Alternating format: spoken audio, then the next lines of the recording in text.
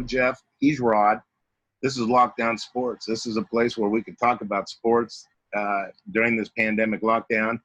See if we can't make sense of it. See if we can't grab onto a little bit of it to get us through this. Rod, my man, how are you? I miss seeing you. It's been months because we've all been separated. How you doing? Months. Well, to be honest with you, I'm watching too much ridiculous stuff on TV. Way too much ridiculous stuff. Everything from marble racing to the National Cornhole Championships. Oh, my God. I was thinking the same thing. I mean, that's all we've had to get us through this last 12, 16, I don't even know how many weeks it's been. But the Johnsonville. I never thought I'd watch it. Listen, Jeff Young, I went to Catholic schools. So, you know, for somebody to talk to me about cornhole, that meant you could be in trouble. Oh, my God. Listen, speaking of cornholing, let me just say this. There's a slick segue. Speaking of cornholing, unless we're playing the Houston Astros, I suddenly like our baseball team. I agree. You know, we're coming to you. This is going to be our first of many takes on sports during the lockdown, but we're launching this during the weekend of the home opener for the Mariners. And let me just throw this graphic up here real quick. I think that's one reason we wanted to do this show right away. Look at that graphic, Rod. We're half a game out of first place. It's amazing. Let's call the season right now and have a. Listen, if we call the season right now, we're playing. Okay. If they call the season right now, we're in the postseason. We're in the postseason, and of course, it's a baseball season unlike any. Very impressed to see over 8,000 fan cutouts at the ballpark last night. I know you. Listen, and you know, and shout out to some of our. I know Ron Reed. He's got a cutout up there. Bob Bailey's tried to sneak into the stadium with a cutout in front of him. That's right. Brad Upton's probably got a cutout. You think maybe Kermit Apio? You know what? Some of our sports-loving buddies have got to have a cutout in that stadium, man. And let's face it, Jeff Young, 8,000 cutouts is probably more fans than we averaged when Kansas City came to town and teams like that. Okay? What were you saying about them playing in an empty stadium? It might be a good thing, right? Man, they spent $30 million to renovate that stadium in the offseason to throw a big party that nobody can really show up at. Again, a typical Seattle cold bowl of chili, except that the COVID, as we all know, is worldwide. You told me earlier, to get the players used to playing in an empty stadium come September. Right? No, I like the kids, man. I like the kids. I really do. You know, speaking of getting through this pandemic, this lockdown, no live sports, the most heavily replayed sporting event up here in the Northwest is, without a doubt, Game 5 of the ALDS, Yankees-Mariners in the Kingdom. I don't know about you. I'm embarrassed to say I've seen it about 8, 9 times since this lockdown started. How about you? Yeah. Listen, I've seen it so many times until I no longer well up and start crying as Griffey slides in the home plate. I've seen it so many times. I actually started playing it backwards, and it looks like Edgar pops it up, and Griffey has to go from third back to first, and the game ends. But you know what? Piniella comes out, takes third base home. Turk takes it home, but you know what? You can't. I guess as a Mariner fan, you can't survive without that replay, because that's really all we have. In fact, it's everywhere you go if you're a Mariner fan. Hang on, what's that? They're going to wave him in. The throw to the plate will be late. The Mariners are going to play for the American Championship.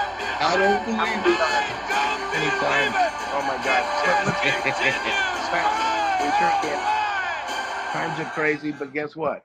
We got a 60-game season right now. The Mariners are right in the thick of it. Boy. In the thick of things. Right in the thick of things. And as you know, it's been hard to get excited about much of anything.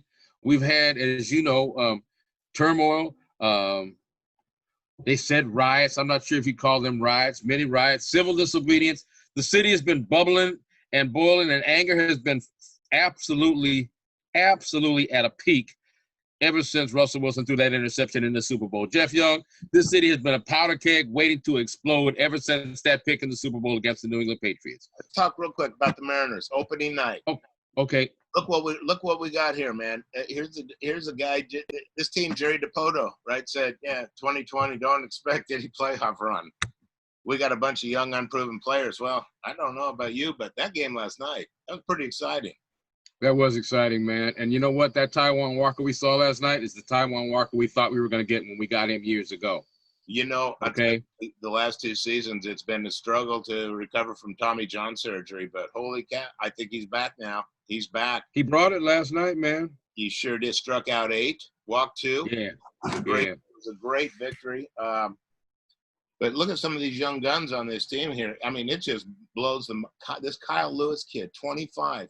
Do you realize he's 1 game away from joining a select group of Mariners?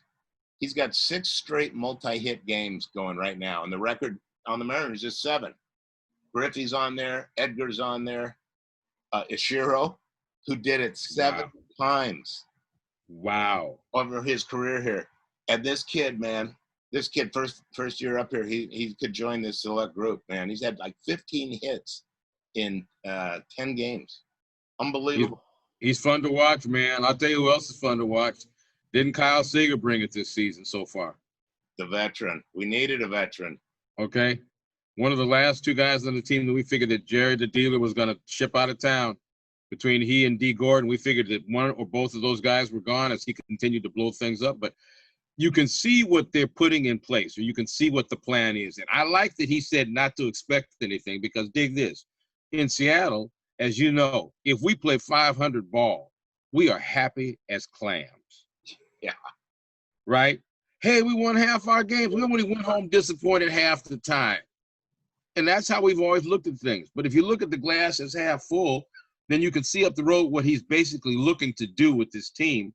But what's exciting is we didn't expect anything. And guess what? Any and everything that they do that's positive is a big positive for us as suffering sports fans in this town.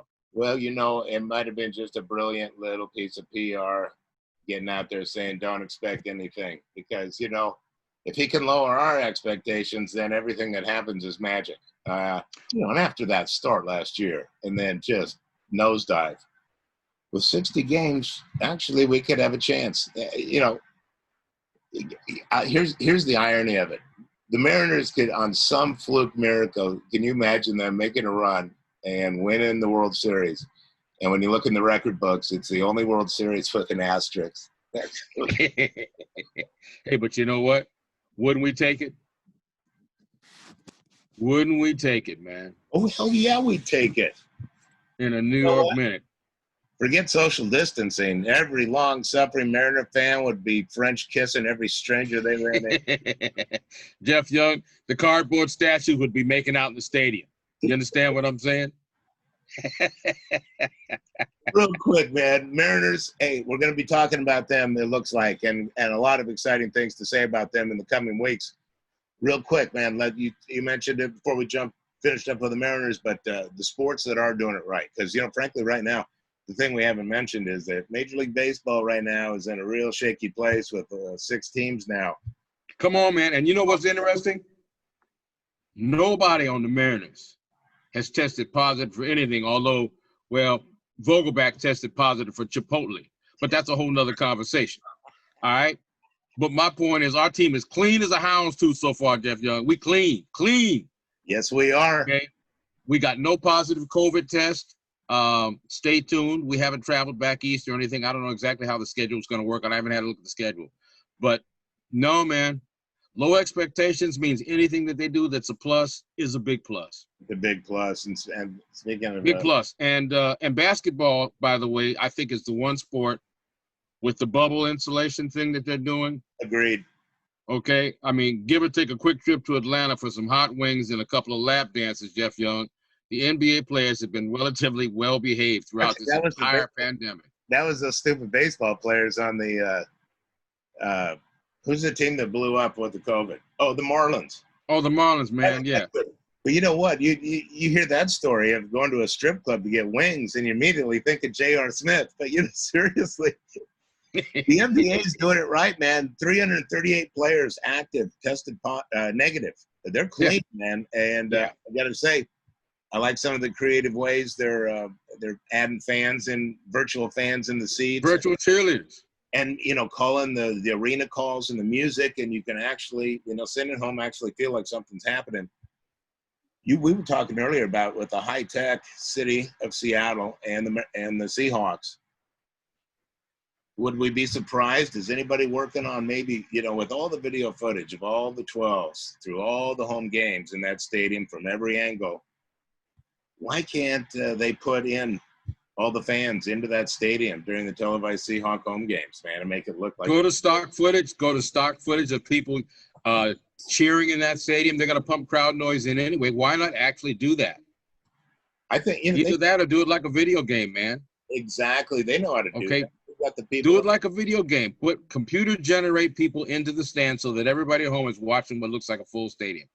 Like I said, they're going to pump the crowd noise in anyway. Let's get on with this, man. With it. And speaking of Seahawks, it's going to be an exciting season, regardless of the fact that we're in the middle of a pandemic, because like every year, the Hawks make some big moves that get everybody all excited. And bringing Jamal Adams on board, wow, bold move. And you know what? Frankly, a lot of the pundits were going, you know, they overpaid. But come on, us Seahawks fans know that Pete Carroll has never given a crap about #1 draft picks. He throws them away like candy at the Torchlight Parade. Absolutely. And they've stockpiled the draft picks, and as a result, we've picked up the great players that we have over the years in the latter rounds. Totally. And this kid we picked up from the Jets is an LSU Tiger, which means that his football lineage is exemplary. All right? Yeah. And he puts a hat on people, the likes of which we probably haven't seen around these parts since number 31 Cam Chancellor. So that's what excites me, Jeff Young. And he's talking about not necessarily having a Legion of Boom 2.0. And none of us really like to think of them as the Legion of Boom 2.0. He wants these guys to carve their own identity, which I think they should do. Absolutely. Okay. And let's stay tuned. I think we need one more player on D. If you were to ask me, and we now know that the #1 headache in the NFL, though arguably the most talented wide receiver, Antonio Brown, will sit out the first 8 games. And then as of week 9, when hopefully the season is still going, by the way, and there's big fingers crossed on that some team can sign him. But I told you, man, between he and Josh Gordon, I'd rather go with the man who's probably going to sign his contract right there at the front desk of Emerald Hayes Cannabis Emporium, and that would be Josh Gordon. I agree. You know what I'm saying? The only place for him, really. And you know that Jamal Adams, though. You know, I'll tell you what, we got a ball player, man. You seen this? He's a thumper, man. Check out a thumper. Where he stripped. If he doesn't remind you of somebody from the Legion of Boom, watch him right here strip the ball and run for a touchdown. Receptions today. That's a season high for the rookie.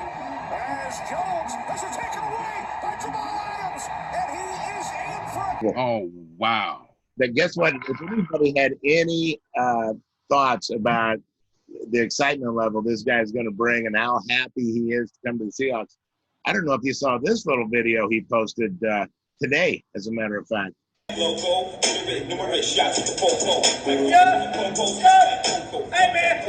I'm sorry, I'm busting heads and bones, right? I'm excited to be a Seattle Seahawk.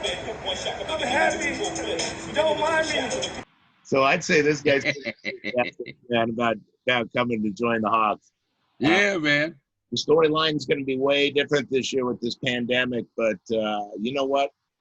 We got to get together. We can't do it in person, but you and I have always had big love for sports and love talking about it. And boy, there's a lot of humor in it, as any fan of yours knows. So absolutely, absolutely. And you know, and I know that one of the ways to get through all of this is laughing, and the distraction of sports and finding what's funny about sports, and in particular in this town, has always been something that I've toiled, love in my heart, big love in my heart, for pointing out how painful at times it is, but also how glorious at times it is to be a sports fan in this passive-aggressive town we live in. There's no doubt about it, my friend. So we got the best of both worlds up here, and we got soccer. Unfortunately, they're gone. Quick little round-robin tournament for MLS, but you know. Yeah, quickly out. Our defending champions are quickly out, but we got the trophy. We still got the trophy. still got the trophy, and actually they're going to have to come grab it from us. And with this social distancing, we might be able to hang on to it for another year. There's a couple of neighborhoods I can think of that they wouldn't dare to come and try to collect that trophy. That's true. Good talking to you, my friend. And we're going to be back with more episodes of Lockdown Sports, bringing you all of our takes on all of these sports during this pandemic lockdown. Let's do this often, my friend. You take care of yourself. You as well, Jeff. Great talking.